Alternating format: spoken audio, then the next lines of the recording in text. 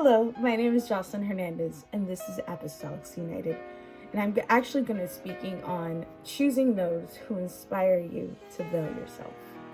Genesis chapter 24 introduces us to one of the matriarchs of Abraham's generation. And this gives us the best example of the correct way to directing yourself to this world.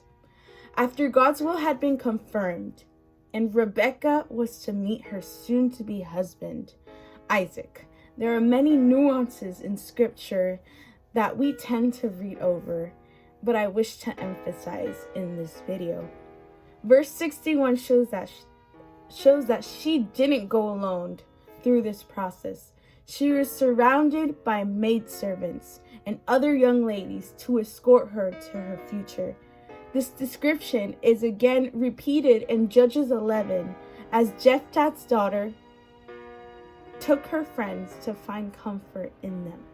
And ultimately, again, in Proverbs 31, as this virtuous woman that we so much hear and know about, ultimately provides food to a portion of her maidservants.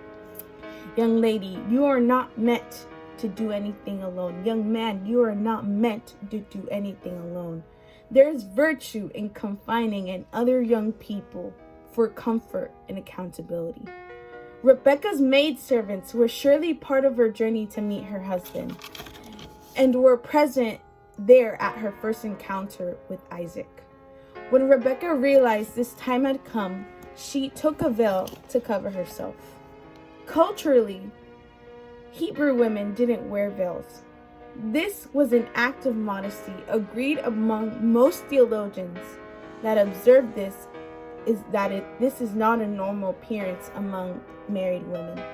She went above and beyond covering herself from a man who logic says will marry her and will eventually come to know her. Compare this to 21st century sociological norms, where a woman is to show herself to a potential love interest and demonstrate her sexual capabilities before she's even considered to be married. Rebecca, not following established Hebraic customs, chose to what can be speculated as subconsciously cover herself, having it be her first reaction to the servant's news. Notice, and I love this is my favorite part of this piece of scripture, notice that scripture lacked in mentioning that this was her veil. And although scripture doesn't say this, but I love to imagine that this is exactly what happened. Perhaps in her nervousness, in her nerve-wracked moment, I'm about to meet my husband, she forgot her veil. And perhaps one of the maidservants there was like, here, let me provide you with a veil, which the Bible again speaks about her taking a veil and covering herself.